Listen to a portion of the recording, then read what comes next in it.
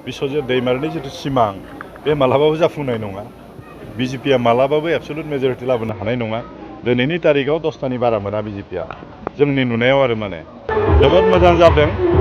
जोङो प्रत्येक प्राइमारियावहाय जेसेबां सुबा कमिटि दं माने जेसेबां सुबाफोर दं सुबा कमिटि दादों आरो बेबायदिनो दिनै आमजुलि प्राइमारिनि सिङाव थानाय 39टा सुबानि प्रेसिडेन्ट सेक्रेटारि आरो सोद्रोमाफोरखौ लानानै मोनसे वर्कशप पार्टिदोंमोन जोङो आरो जोबोद मोजां जादों। जोङो बिपिएफ सरकारा बिपिएफआ सरकार दानो हायोब्ला जों इयुनाव मा मा खामानि मावगोन बेफोर बाथ्राफोरखौ जोंनि वर्कारफोरनो जों फोरोंगोन। आथिखालाव दानि जि सरकार प्रमद बर' दैदेननाय बे सरकार बिथांमोना मा मा बिसय बुस्थुखौ मावनो हायाखै फेलें जाबाय बे बाथ्राफोरखौबो जोङो जोंनि वर्कारफोरनो फोरोंजोबदों। दा बे हिसाबै जोबोद मोजां जादों आरो बयबो बिराद उत्साहै फैदों।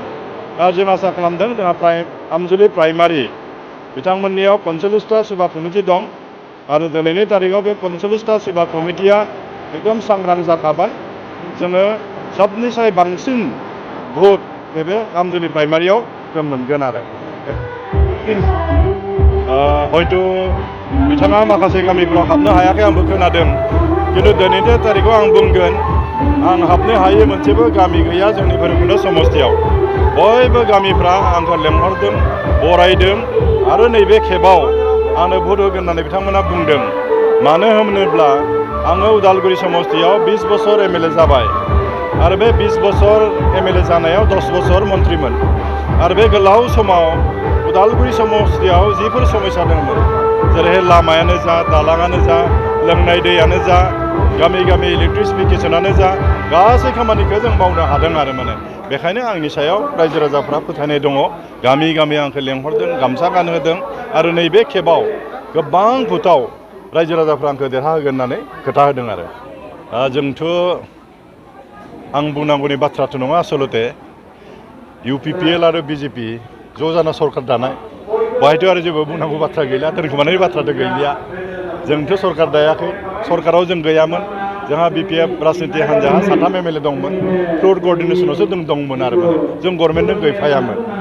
दा बेखौनो बिथांमोना गिदों जे थांनाय बे 5 बोसोराव बिथांमोना बिजेपिजों लोगो जाना सरकार खुंदोंमोनब्लाबो बिथांमोना जेबो मावनो हायाखिसै। दा बेखायनो हयथ' बिजेपि राजनिति हान्जायाबो बिथांमोननि सायाव एसे नाराज जादों आरो माने दा रावबोजोंबो लाजाला। दा बेखायनो बिथांमोना गिखाबाय बेखायनो जानला मोनला बुखिखौ लागासिनो दं आरो बिसोरो देरहानो हानाय नङा बिसोरो। जों सिगांनिफ्राय बुंबोदों जोङो बिपिएफ राजनिति हान्जाया जों हारसिङै गेलेगोन रावनिबो सहाय लाया। दिनै जों नुदों इउपिपिएलआ हारसिङै मोनसेबो समस्तियाव देरहानाय नङा जुदि जे बिजेपिआ समर्थन खालामाब्ला। दा बेखायनो बिथांमोना बिराद माने सेस्था खालामदों बोरैबा बिजेपिजों लोगो जाना गेलेनो हायो नामा बोरैबा बिपिएफजों लोगो जाना गेलेनो हायो नामा बिथांमोना माने सेस्था खालामगासिनो दं आरो जों बेखौसो नुदों। खिन्थु बिपिएफ राजनिति हान्जाया एकदम स्पस्ट जोङो रावजोंबो लोगो जानानै जों गेलेया जों हारसिङै गेलेगोन आरो हारसिङै जोङो सरकार दागोन आरो जोंनि सरकारनि समाव बेफोरबायदि बाथ्रा जेबो फैयाखैमोन आरो माने आरो जों फैहोआखै आरो बेखौथ' जों जाहोनो हाया। बयबो जोंनि मानसिफ्रा ज' जानानै बेखौ जोङो बादा होथारनांगोन। मानो होनब्ला 6 सिडिउल बेखायसो होदों बे ओनसोलनि बे ट्राइबेल माहारिफ्रा बर' माहारिफ्रा गासै बिथिङावबो जोङो दुरबल नाख्रेबजानाय।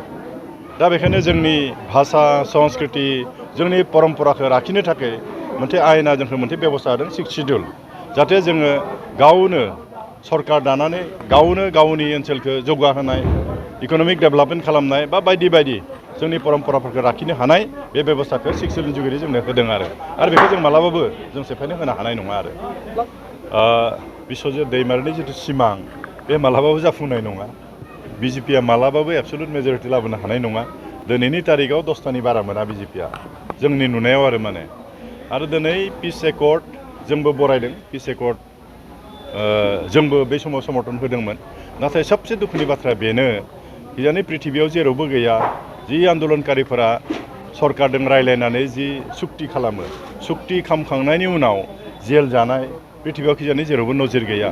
मात्र रन्जन दैमारिनि बेलायाव बे जादों आरो जों बेखौ दुखु मोनदों बे जानो नाङामोन बिथाङा जेलनिफ्राय गनांगौमोन आरो नाथाय बे मोनसे राजनैतिक षड़यन्त्र दं थानायखौ जों नुनो मोनदों आरो माने जेनेबा दा बिथांमोना जोंखौ सापर्ट खालामब्लासो जोङो रन्जनखौ जों बहनगोन जेलनिफ्राय माने ओरैबायदि मोनसे षड़यन्त्र बा बेबायदि सुबिदा लानायखौसो जों नुनो मोनदों आरो माने बेखायनो जोंनि मानसिफ्रा सांग्रां जानांगोन जोंबो BPF राजनिति हान्जाया जुदि सरकार दायोब्ला जोंनि NDFBनि जाय दैदेनगिरि बिथांमोन दङ रन्जनजों लोगोसे जायफोर जेलाव दङ बिथांमोनखौ बोरैबा जों जेलनिफ्राय बहननो हायो नामा बिनि थाखाय जोंबो नारा नाथा जोंबो जुजिगोन आरो